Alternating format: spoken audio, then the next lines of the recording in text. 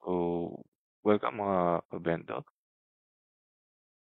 Welcome mga kabendo. Sa video na to, papakita natin paano yung setup namin na ginagawa sa ating mga deploy na Bendo Wi-Fi. Pero, yun, una sa lahat is inalagyan muna namin ng license, siyempre.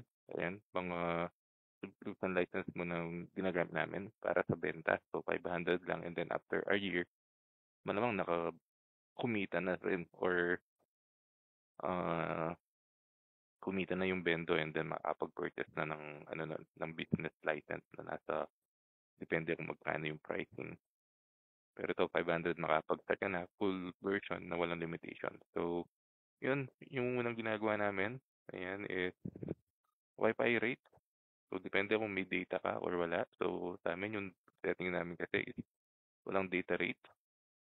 And then yan, starting goods na yan. So, kung walang post, yun na muna ginagamit namin. Pwede naman mag-adjust kapag tumagal. So, mas maganda ng medyo mahal or medyo pricey yung rates natin. And then, magbaba na lang kung hindi kumikita. Kesa mag-start ka ng mura and then kumita, mahirap na magtaas ng rates. So, maganda rin mag-start ng walang post na running time lang. At least, ma-reason mo na yung rates mo are mura naman. Kaya, ayun, walang post. Pero kung mag-stick ka sa ganitong rate, pwede mo lagyan ng post. Just make sure na lagyan mo ng expiration para hindi ka lugi. So, hindi na kami naglalagay ng free trial pero pwede rin naman kahit 5 minutes lang or yun. Time settings, ayan, how many seconds to wait customer pay dahil si Ado walang insert coin ulit, automatic ko convert niya ng time yung hinulog mo. Medyo tagalan mo na to. So, 90 seconds. Okay na yan. Payment price before ma-suspend yung user and then kung ilang minutes. So, lagyan mo natin ng 1 minute. So, save changes. Yun, okay na yun. Session settings, automatically continue sessions after reboot. Okay yan. Enable session cookie. So, para sa max synchronization. Post session when internet down, auto resume. So, pag internet stop, dahil wala tayong post, automatic post naman niya kapag walang internet and then magre-resume kapag meron na. Then, auto post device session when inactive or disconnected. So, wag natin to. Automatic magpo-post yung time nila kapag nag-disconnect sila sa Wi-Fi natin. So, ito naman yung dyan, yung counterpart niya. Uh, so, yan, kapag auto-post yan, wala tayong post, okay lang yan, save changes. So, wala naman tayong limit sa users. Ayan. Pagdating dito, dahil time lang tayo, pwede nating i-delete itong mga to. Yung data, tsaka time and data. Delete. Then, i-edit natin to. So, yung starting sa 1 credit hanggang sa, let's say, 1 year or something, wala tayong post. And then, expiration, wala. So, save.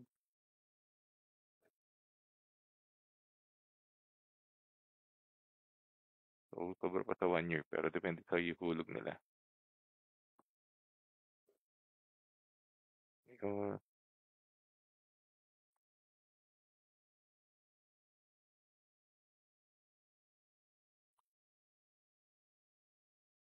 So, ayan, bali, after sa session settings, good na yan. Vouchers, wala naman tayo. Sales, payment portals, wala naman papalitan dyan. Pero, ayan, dahil wala tayong bill acceptor, pwedeng tanggalin ito. Nagkakos rin ng issue to. So, may times na mag-grounded siya. And then, malalagyan ng 10. So, delete lang natin kung wala naman tayong bill acceptor. Ayan. So, para safety lang. Ayan. Kung wala ka rin naman bill acceptor. So, delete lang yan. So, madali lang naman i-add kung sakali. So, dito wala naman tayo papalitan dahil main vendor pa lang siya. Wala rin tayo papalitan dito dahil uh, wala tayong sub-vendor na ilalagay. So, after yan, basic network, wala na rin yan. So, USB setup lang to. USB to LAN setup. So, after nyan, katagalan, doon ko na lang isa i-VLAN. Then, customer account, captive portal. So, wala naman akong customization dito. Page title, pwede natin yung location.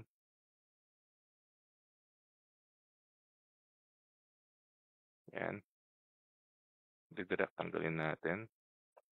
Then,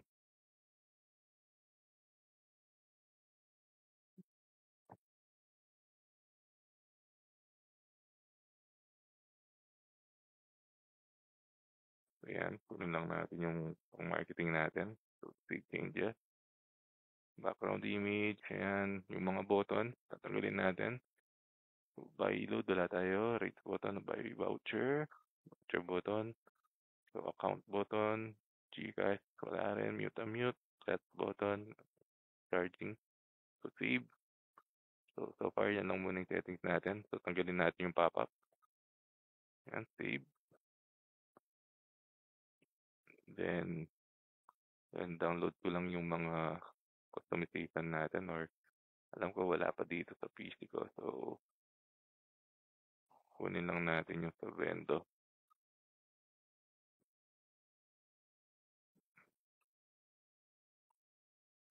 So, download. Download.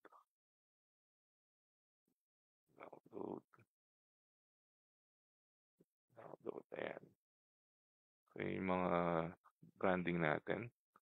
So, dito yung background music. Ayan siya. So, enable ko lang yung recording ng background audio. Ayan. Ayan. Ganyan siya. So, select file tayo. So, nasa inyo na kung anong gusto nyong ilagay dyan.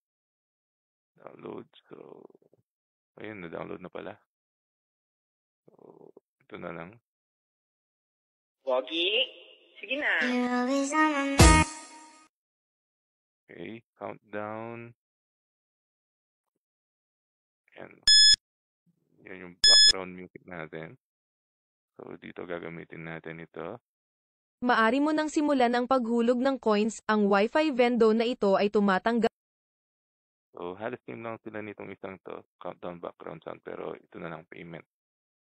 So, connected, disconnected, and then insert. Ayan. Gagamitin natin to. Sana all. Sana all. So, save. Save lang natin yung mga changes natin. Payment countdown, di ata na-save to. Maari mo nang simulan ang And save naman. So, save. Ayun. Nag-change na siya.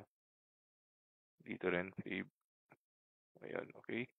Wagi, sige na. Maari mo nang simulan ang Ayan, tinetest lang natin sila. So, yan yung mga branding na ginalagay Sana namin. all. Dahil personal use to, yan yung ginagamit ko. So, delete natin to para hindi masyadong ado. So, add mo na pala ng bago. Yan. Dahil wala naman siyang e-loading, so sa ngayon, ito lang muna. So, save. Automatic na yan. So, yun, okay na sa captive portal and then sa admin dashboard, mas gusto ko yung dark mode. So, yan. Para hindi masakit sa mata. Network, interface, wala naman tayo papalitan dyan. Hindi na tayo nakabilan. Bridge PPOE, built-in Wi-Fi. Dinidisable namin yan kung naka-Raspberry Pi or mga may built-in Wi-Fi. And then, bandwidth limiter, ayan, 5 MB, 5 MB, okay na yan. Then, yung global limit, yan, okay na yan, 900. Kukunin niya yung lahat ng connection. Data rate. So, ayan, kapag sa data, pero wala naman tayong data rate. Yan. Traffic shaping. So, save lang dito pag napalitan nyo ng 5,000 to or 5 MB. Kung medyo malakas yung connection, kahit 10 MB pwede yan. Traffic shaping, enable lang to para magka-priority itong mga yan. Yung mga ayan, mga ang tawag dyan, mga apps na yan. So, may custom apps port ka, add lang dito. Traffic graph din na natin. Yan, remote management. So, dito, ngrok yung ginagamit pero hindi yan yung gagamitin natin dahil medyo maraming limitation yan. Madamot na siya ngayon. System, make sure yung ating language and region. Ayan, English. Then dito, mas okay kung Philippines. Asia, Manila. So, pareho lang sila ng Singapore. So, set lang natin. Ayan, Asia, Manila. And then, so per update. So, usually ito yung una naming sineset up. Yan, check for updates. So 15.3 out of the ka-reflash mo, and then kami sinasagad namin 15.5 kahit sa mga binibenta. So installed na yung 15.3 pero wag ka re-rep na ng 5.1.5. So mag 0.4 ka muna install. And kung dito sa IP pala naka-access ako via 1 IP.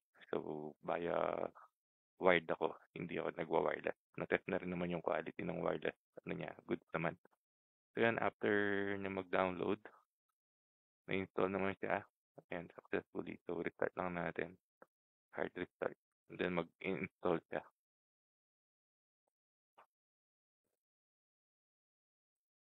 Yan, hintayin lang natin. Medyo may katagalan pero good lang yan. So, hintayin lang natin. Mabilis lang yung sa 14 or 5.1.4. Yung medyo matagal si 5.1.5.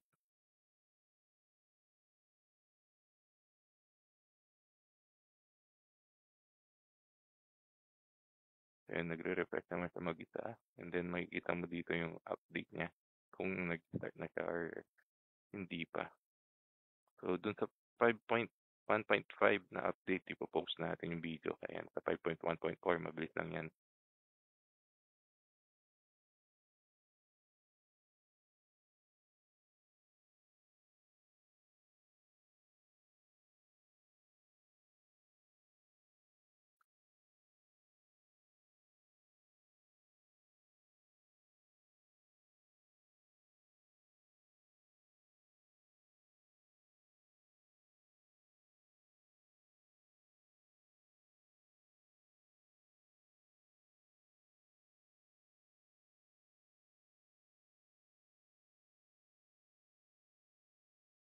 Yan. Okay lang siya.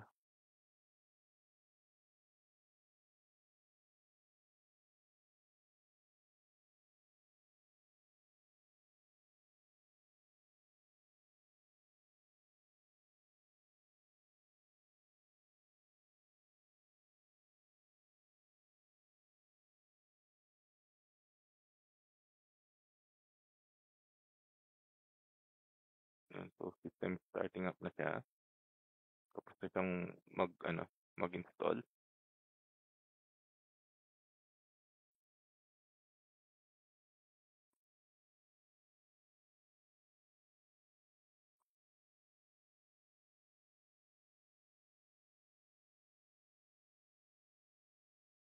Yung bilis niya is depende na lang sa memory card nyo.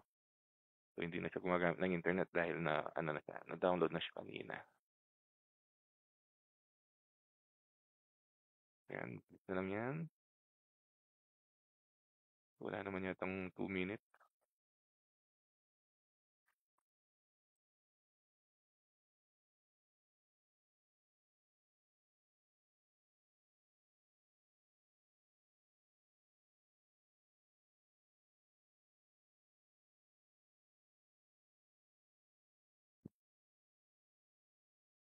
Yun. So, yan, natapos na.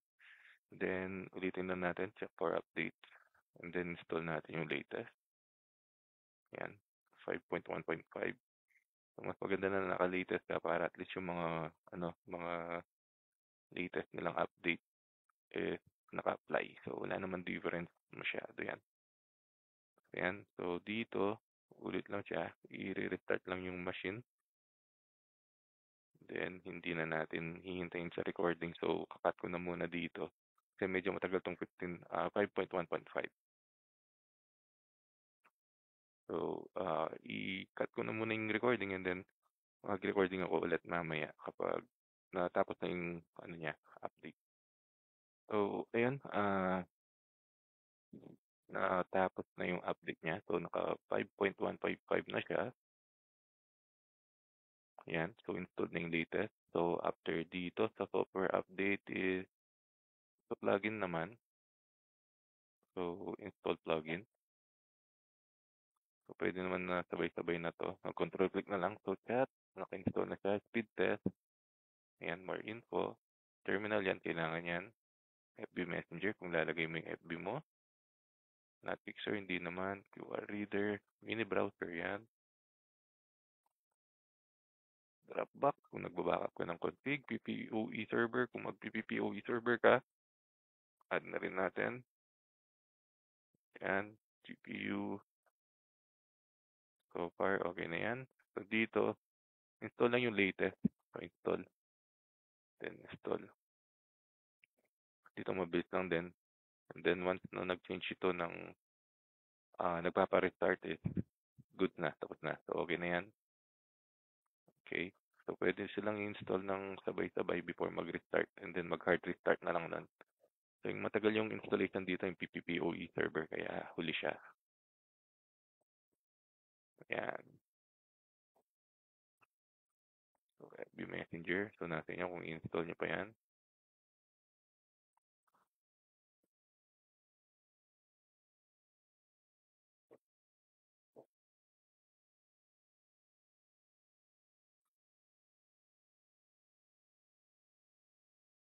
Mini browser para ma-access yung mga access point kahit naka-remote access ka, kahit wala ka sa location.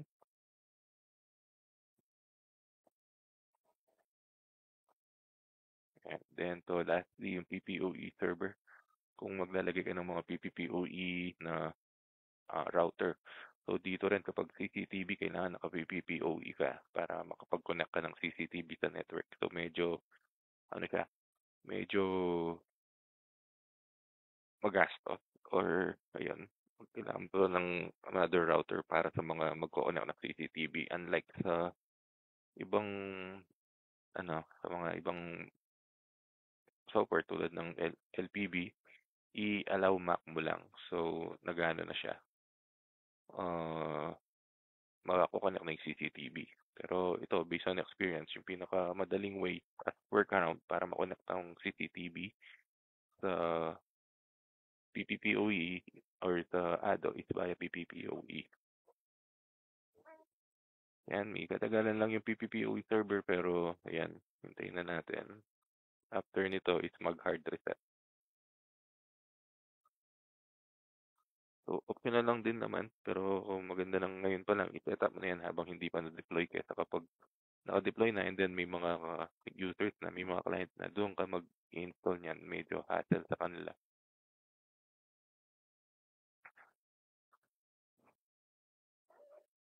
Ayun, so tapos na installation, mag-hard reset lang. Ayan, mabilis lang naman to, pwede nating hintayin.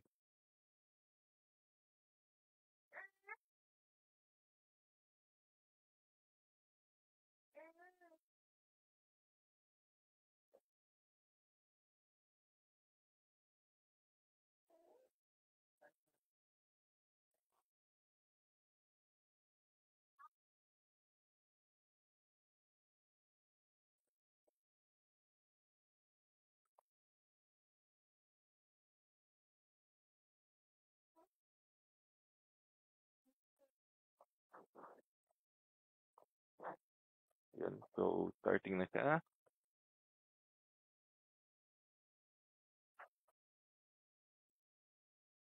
Then last step na lang yan yung pag-set up ng ating admin account, admin password. So wag natin iwan na default yung ating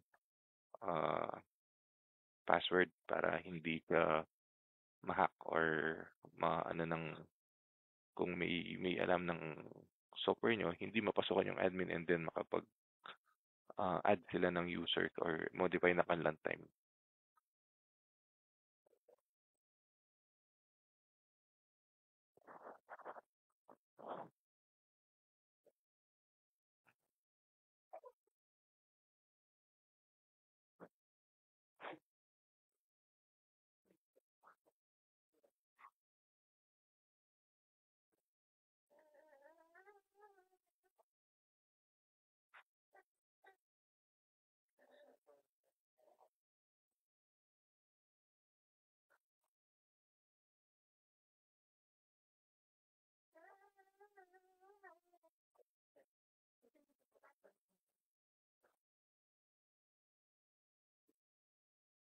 Ayan, 100% loaded na. So, almost complete na yung setup natin. Yan.